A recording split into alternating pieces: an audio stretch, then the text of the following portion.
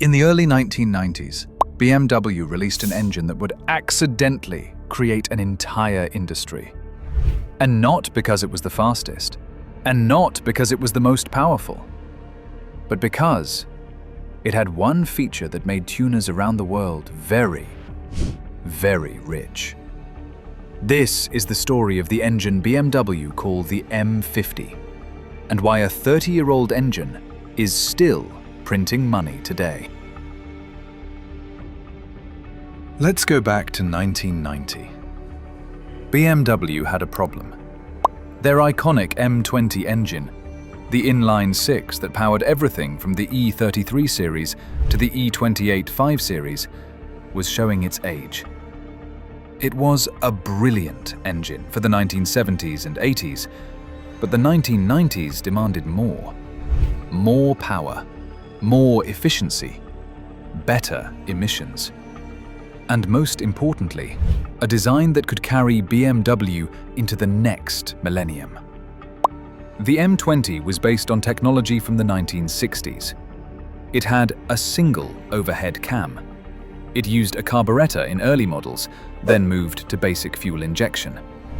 And while it was reliable and loved by enthusiasts, it couldn't meet the strict emissions standards coming in the 1990s. So, in 1990, BMW launched the M50, a completely new engine family that would replace the M20 across their entire lineup. On paper, it was an incremental update. Dual overhead cams, value valve timing on the intake side, better breathing, more power from less displacement. But BMW's engineers had built something they didn't fully realize at the time: the perfect blank canvas for modification. Because while the M50 was designed to make 190 horsepower naturally aspirated, it was engineered to survive conditions far beyond that. And when tuners discovered what this engine could really do, everything changed. The M50 came in two main variants: the M50 B20, 2.0-litre, and the M50 B25, 2.5-litre. Later, BMW released the M50 TU, technical update, which added VANOS, variable valve timing, and became the M50 B25 TU. But let's focus on what made this engine special from an engineering standpoint. The block, built like a tank. Here's where BMW made their first critical decision. They used a cast iron block. Now, this was unusual for BMW. They'd been experimenting with aluminium blocks for weight savings. The later M52 would go all aluminium. But for the M50, they chose iron. Why? Strength, durability, and most importantly, dimensional stability under extreme heat and pressure. The M50 block featured Siamesed cylinders, meaning the cylinder walls shared material between them with minimal spacing. This gave the block incredible rigidity. The main bearing caps were secured with high-strength bolts and designed with enough material to handle serious cylinder pressures. And here's the detail that would matter most to tuners: the cylinder walls were thick, really thick. Compared to later aluminium blocks, the M50 had over 30% more material in the cylinder walls. That meant you could bore it out for larger pistons, and it could handle boost pressures that would crack an aluminium block. The head, breathing room. The cylinder head was all aluminium and featured dual overhead cams with 24 valves, 4 valves per cylinder. The combustion chamber design was optimized for efficiency and emissions, but it also flowed incredibly well. The intake ports were large and smoothly shaped. The exhaust ports were designed to minimize restriction. BMW used hydraulic valve lifters, which meant zero valve lash adjustment needed, This was great for reliability and maintenance, but it also meant the valve train could handle aggressive camshaft profiles without constant adjustment. The early M50, non-TU, had a simpler intake manifold and no variable valve timing. But in 1992, BMW introduced the M50 TU with Vanos, their first-generation variable valve timing system. Vanos on the M50 TU was single Vanos, meaning it only operated on the intake cam. It was mechanically simpler than later dual Vanos systems, and critically for tuners, it was easy to delete or upgrade when building for high power. The bottom end, forged versus cast. Here's where things get interesting for the tuning conversation. The M50 came with a forged crankshaft, not cast, forged.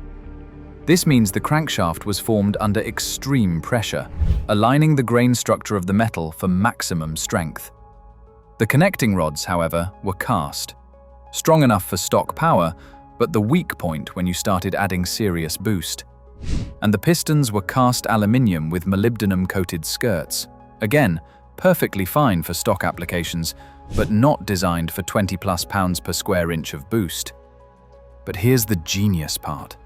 Because the block was so strong and the crank was forged, you only needed to upgrade the rods and pistons to build a bulletproof bottom end. The foundation was already there. The M50 used sequential multi-point fuel injection, controlled by BMW's Motronic engine management system.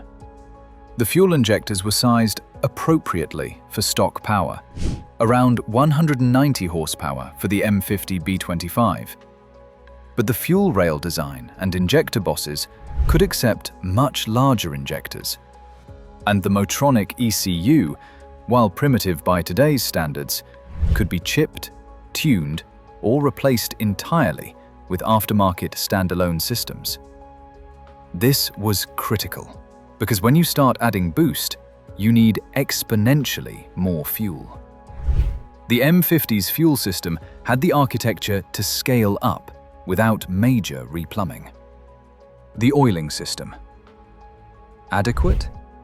Mostly. The M50 used a conventional wet sump oiling system with a gear-type oil pump. For stock applications, it was perfectly fine. But when you started making big power and running high RPMs on track, the stock oiling system had limitations.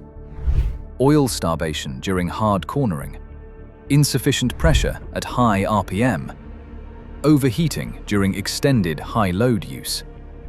This spawned an entire industry of M50 oiling upgrades. Baffled oil pans, AccuSump systems, improved oil coolers, and even dry sump conversions for serious builds. But for most tuner builds, the stock system with a baffled pan and good oil cooler was enough to support 400 to 500 horsepower reliably. In stock form, the M50 B25 made 189 horsepower at 5,900 RPM and 181 pound-feet of torque at 4,700 RPM. Respectable for 1990, competitive with Mercedes and Audi, but not exciting. Until you added boost. Because the M50's iron block, forged crank, and overbuilt design meant it could handle double its stock power on stock internals with proper tuning. And with upgraded rods and pistons, the sky was the limit. By the mid-90s, tuners started to figure out what BMW had accidentally created. The M50 was cheap. E36 325i models were depreciating rapidly. Wrecked E34 525i sedans were showing up in junkyards for pennies. And suddenly, you could buy a complete M50 B25 with transmission for under $500. Here's where the money story begins. Small companies started developing turbo kits for the M50, Garrett T3/T4 turbochargers, custom exhaust manifolds, blow-off valves, intercoolers, complete bolt-on systems that could take a stock M50 from 190 horsepower to 350 plus horsepower. Early kits were crude, lots of custom fabrication, questionable tuning, but they worked, and people wanted them. By the late 90s, companies like Turbotechnics, ESS Tuning, Active Autowork, and Vishnu were selling complete M50 turbo kits for $3,000 to $6,000, and they couldn't build them fast enough. But the turbo market was just the beginning. The M50 became the engine swap of choice for older BMWs. E33 series, E28 5 series, even E21s and 2002s. Why? Because it was more powerful than the M20 it replaced, it was abundant and cheap, and it fit relatively easily with available swap kits. Companies like Ireland Engineering, Garagistic, and others started selling complete swap packages. Motor mounts, wiring adapters, ECU solutions, oil pan modifications for E30 chassis clearance. A complete M50 swap into an E30 would cost around $3,000 to $5,000, including parts and labor if you did it yourself. And it transformed the car. And then there was everything else. Once tuners started pushing M50s hard, they needed upgraded parts, and companies rushed to supply them. Schrick and Cat Cams sold performance camshafts, Supertech sold valve springs and retainers, ARP made head stud kits, Cometic made MLS head gaskets for high boost applications. Forged piston and rod kits from companies like Wiseco, JECP, and Wassner became standard for serious builds. Aftermarket ECUs like Megasquirt, AEM, and Link became popular because they offered unlimited tuning potential compared to chipping the stock Motronic. Every single one of these companies made money. Lots of it, because of the M50, and they still do today. And then, drifting happened. In the early 2000s, drifting exploded in popularity, and the E36 chassis with an M50 turbo became one of the most popular platforms. Why? Cheap, rear-wheel drive, plenty of power with a turbo, and when you blew up the engine, you could find another one for $500 and swap it in a weekend. This created constant demand for M50s, which drove prices up. By the late 2000s, what was a $500 engine was now $1,500 to $2,000 for a low-mileage unit. And the companies selling parts for M50 drift builds? They were printing money. Today, over 30 years after its introduction, the M50 is still making people money. A good-running M50 B25 now sells for $1,500 to $3,000, depending on mileage and condition. A low-mileage M50 TU with Vanos, a mere $3,500 or more. Complete turbo kits have gotten more sophisticated, but also more expensive. A quality M50 turbo setup from a reputable company now costs $5,000 to $8,000. But here's what hasn't changed. The M50 is still one of the best bang-for-buck platforms in the tuning world. But why does this still matter? In an era of complex turbocharged engines with direct injection, electronic wastegates, and locked ECUs, the M50 represents something very valuable. Simplicity. You can build an M50 in your garage with hand tools. You can tune it with a laptop. You can increase the power output to 400 horsepower for under $5,000 all in if you're smart about it. And when something breaks, parts are cheap and available. There's no dealer-only components, no special tools required, no proprietary software. But maybe the most important part of the M50 legacy is the community it created. thousands of people learned to tune cars on the M50. They learned fabrication, building turbo manifolds. They learned engine building, refreshing worn motors. And many of them turned that knowledge into careers. Tuning shops as well as fabrication businesses. The M50 didn't just make tuners rich financially. It created an entire generation of skilled professionals who built the modern tuning industry. So enter to the stage the engine that BMW didn't see coming. BMW designed the M50 to be a reliable, efficient replacement for the M20, something to carry them through the 90s and meet emissions standards. They had no idea they'd created an engine that would still be in demand 3 decades later. An engine that would spawn an entire industry. An engine that would make countless people wealthy. But they overbuilt it. They used a forged crank when they didn't need to. They made the block thicker than necessary. They designed it with tolerances that exceeded the requirements. And in doing so, they accidentally created one of the most important tuner engines of all time.